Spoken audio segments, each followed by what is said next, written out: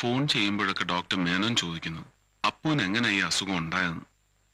കൃത്യമായ കാര്യം അദ്ദേഹത്തിന് അറിഞ്ഞാൽ കൊള്ളാമെന്നുണ്ടെന്ന് തോന്നുന്നു. ബാലുവിന് വല്ല ഊഹമുണ്ടോ? സ്വതവേ ഉണ്ടാകുന്നതല്ലത്. ഒന്നുകിൽ വളരെ ഉയരത്തിൽ നിന്ന് വീണിരിക്കണം, അല്ലെങ്കിൽ ശക്തമായി തല എവിടെയെങ്കിലും അടിച്ചിരിക്കണം. ആവർത്തിച്ച് ചോദിച്ചിട്ടും എന്തെങ്കിലും സംഭവിച്ചതായി അപ്പു ഓർക്കുന്നതേയില്ല.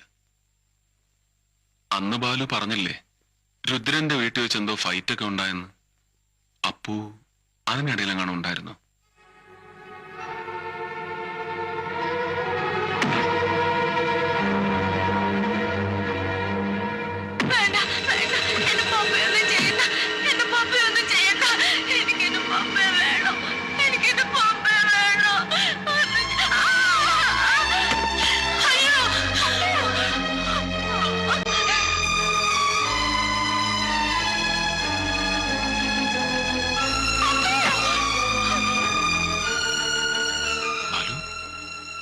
ബാലു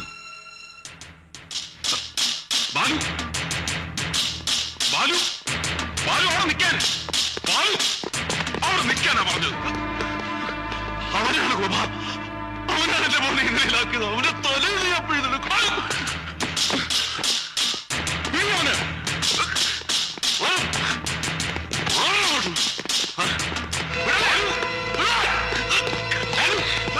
എന്തായി കാണിക്കുന്നേ? പറയുന്നത് കേൾക്ക.